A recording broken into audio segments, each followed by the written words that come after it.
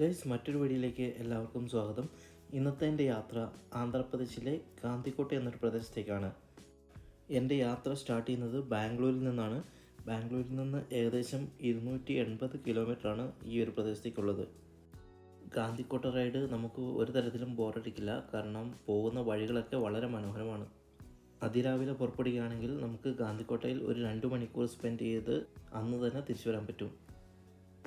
പോകുന്ന വഴിയിൽ നല്ലൊരു റെസ്റ്റോറൻറ്റ് കിട്ടാത്തതുകൊണ്ട് ഞാൻ ഫുഡ് സ്വന്തം കുക്ക് ചെയ്ത് കഴിക്കാനാണ് തീരുമാനിച്ചത്. ഞാൻ എപ്പോൾ യാത്ര ചെയ്യുമ്പോഴും എൻ്റെ കയ്യിൽ ഒരു ചെറിയ സ്റ്റൗവും പിന്നെ അത്യാവശ്യം കുറച്ച് മാഗി പാക്കറ്റ്സുകളും എപ്പോഴും ഞാൻ കരുതാറുണ്ട്. ഇതുപോലുള്ള എമർജൻസി ഘട്ടങ്ങളിൽ അത് ഒത്തിരി നമുക്ക് ഉപകാരപ്പെടും.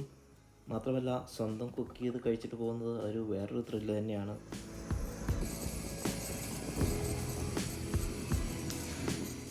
അങ്ങനെ ഭക്ഷണമൊക്കെ കഴിച്ച് ഞാൻ എൻ്റെ യാത്ര തുടർന്നു.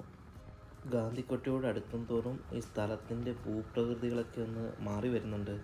ഇപ്പോൾ തന്നെ കാണാം, ഈ റോഡിൻ്റെ രണ്ട് സൈഡിൽ നമ്മൾ ഈ പുസ്തകങ്ങൾ അടുക്കി വെച്ച പോലുള്ള പാറക്കെട്ടുകൾ വളരെ മനോഹരമാണ്.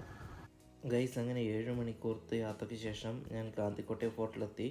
നിങ്ങൾ ഈ കാണുന്ന ഈ ഒരു വലിയ സ്ട്രക്ചർ, ഇത് ഗാന്ധിക്കോട്ട കൊട്ടാരത്തിൻ്റെ മതിൽക്കെട്ടുകളാണ്. പിന്നെ കയറുന്നിടത്ത് ചെറിയൊരു മസ്ജിദും കാണാം. ഈ കോട്ടയ്ക്കുള്ളിൽ ശിവൻ്റെയും വിഷ്ണുവിൻ്റെയും അമ്പലങ്ങളും പിന്നെ ഒരു മസ്ജിദും കാണാം. ഇതിലെ അമ്പലം നിർമ്മിച്ചത് 16-ാം നൂറ്റാണ്ടിലും അതുപോലെ മസ്ജിദ് അതിനുശേഷമുള്ള മുഗൾ ഭരണകാലത്ത് നിർമ്മിച്ചാണെന്ന് പറയപ്പെടുന്നു.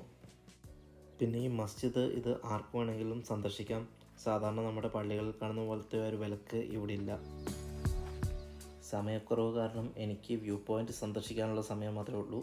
അത് പോകുന്ന വഴിക്ക് അതിൻ്റെ ഇടതുഭാഗത്തായിട്ട് ഒരു ചെറിയൊരു ടെമ്പിൾ കാണാം. ഈ ഗാന്ധിക്കോട്ട അറിയപ്പെടുന്നത് ഗ്രാൻഡ് കന്യോൺ ഓഫ് ഇന്ത്യ എന്നാണ്. സത്യം പറഞ്ഞാൽ കോടിക്കണക്കിന് വർഷങ്ങൾ കൊണ്ട് രൂപപ്പെട്ട ഒരു മഹാത്ഭുതമാണിത്.